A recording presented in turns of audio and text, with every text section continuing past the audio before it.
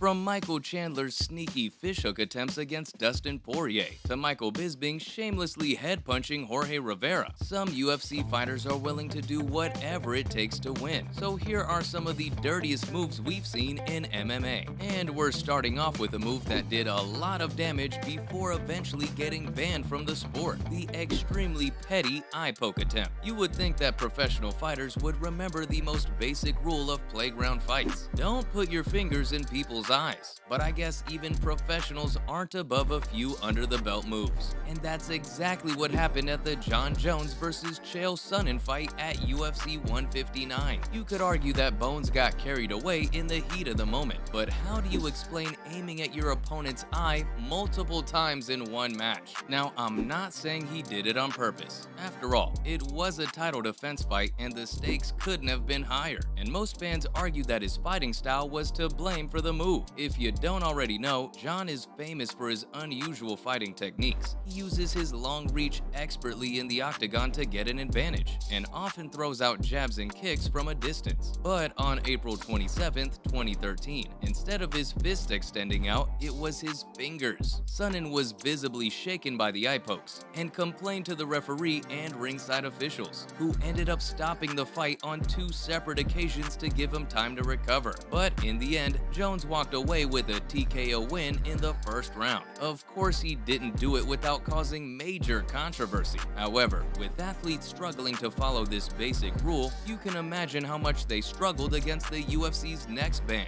Because after asking their fighters to keep their fingers out of each other's eyes, they had to clarify that it didn't mean they could instead fishhook their opponents. The move involves a fighter using their fingers to dig into an opponent's mouth, nose, or ear. And fans got to see this move in action at UFC 281 when Michael Chandler fought against Dustin Poirier. The cherry on top is that this fight night was filled with action-packed matchups, but the lightweight match between Poirier and Michael exceeded everyone's expectations. The Diamond came out on top, and the fight won Fight of the Night for its outstanding performance. Now, a lot of things happened during the clash that made headlines the next day, and the biggest news of them all was Michael being accused of cheating during the fight by his opponent. Dustin called him out for fishhooking him during the fight, and Michael had no choice but to admit his mistake. He went on record to say that his hand did touch the mouthpiece, but insisted it was completely unintentional. Michael even clarified that he tried getting out as Dustin bit down on it. The two got into a heated argument after the fight, and I don't blame Poirier for being as angry as he was, because Chandler was fighting dirty all night. But even then, it's not the worst move we've seen in the sport, and while pile drives are common in wrestling, they are banned from MMA. That doesn't mean fighters don't give it a try though, and the pile drive in Dana White's Contender Series 2022 was nothing short of iconic. Darius Flowers won a contract by defeating his opponent with the most notorious pro wrestling move of all time. And to give you a little background, WWE legend The Undertaker was famous for his wild holds and maneuvers, but the most famous of them all is the Tombstone Piledriver. Unfortunately for fans, many thought they would never get to see this cult favorite in the octagon, especially since the dead man would force his upside-down opponent's head straight into the floor, which is a big no-no in MMA. But Flowers doesn't have the best track record for following rules, and he proved that during the Contender Series. He successfully blocked an attempt at an inverted triangle from rival Amir Gogoladze by hoisting him into the air and slamming him into the mat, just like The Undertaker. The only way he got away with this though was because Amirin tucked his head, which made the move legal, but it wasn't enough to shield him from the blow. And just a few seconds later, the fighter from Georgia seemed to have a shoulder injury and tapped out. What a way to start a professional career. But if you thought slamming fighters to the ground was a dirty move, wait till you hear the next one, because some athletes go as far as kicking and hitting the heads of grounded opponents. And one of those athletes is Michael Bisping. He faced off against Jorge Rivera at UFC 127 in 2011 in a middleweight bout, and during the fight, Bisping landed multiple punches to the back of Rivera's head, which is considered a foul in MMA. After the fight, Jorge accused Michael of intentionally targeting the back of his head with his punches. Of course, the count denied the accusations, claiming that he was simply aiming for the side of Rivera's head. But it is suspicious how his punches landed in the back of the head despite Rivera's movement, and the fact that he went on to win the fight by TKO TKO in the second round made the situation even worse. The controversy surrounding the fight intensified when a video surfaced showing Bisping spitting at Rivera's cornerman after the fight, and Michael was forced to come out and apologize for his actions. The UFC immediately punished him for the illegal punches to the back of the head, with a fine of $120,000 and a suspension of 30 days. Honestly, he got away with a slap on the wrist, considering how serious things could have gotten if Jorge was injured. Now, head injuries are a big deal in fighting sports, which is exactly why the MMA looks down on headbutts as well. This is considered one of the sneakiest moves in the sport, as fighters will often use their head to slam into their opponent's face, causing serious damage and potentially ending the fight. And that's exactly what happened at the flyweight fight at UFC Fight Night 169. Deiveson Figueiredo clashed with Joseph Benavidez for the vacant UFC Flyweight Championship, and everyone was tense as the fight kicked off, especially since it was a rematch from their first encounter in February 2019, which Figueiredo won via TKO. The stakes were even higher since the title was on the line. Fans had high expectations, and the fighters did not disappoint. The fight began with both fighters trading shots, with Figueiredo landing some heavy punches early on, but just a few minutes into the first round, Deiveson landed a vicious accidental headbutt that caused major damage. Joseph started to bleed heavily from a cut above his right eye. In the second round, he sent Benavidez crashing to the canvas and followed up with some ground and pound strikes to end the fight. But even then, fans couldn't get over the headbutt. There was also some criticism directed toward the referee, since he didn't stop the fight to have the cut checked by the ringside doctor, which is a standard protocol in MMA. To this day, the fans are split over the move, just like they're split over the 12-6 elbow maneuver. But they got to see how harmful it can get at UFC Fight Night 81 in 2016, when Travis Brown was matched up with Matt Mitrione. In the third round, Brown threw a 12-6 elbow to Mitrione's head as he was down on the ground. Unlike the previous fight, however, this time the referee bothered to step in and stop the fight. The crowd booed as Mitrione argued that the elbow wasn't illegal, since he was not a downed opponent, but the referee ended up disqualifying Brown. Travis eventually put out a public apology, saying that he had no intention of throwing an illegal strike. Now, the controversy surrounding the incident had already blown up among fans. Some argued that the rule was too strict, while others felt that the rule was necessary to protect fighters from dangerous hits. And I've got to agree with the referee in this case, because Matt took a big hit that night, which could have proved fatal if he had not stepped in. Well, there you have it. These were the dirtiest moves in MMA. Thanks for watching, and I'll see you next time.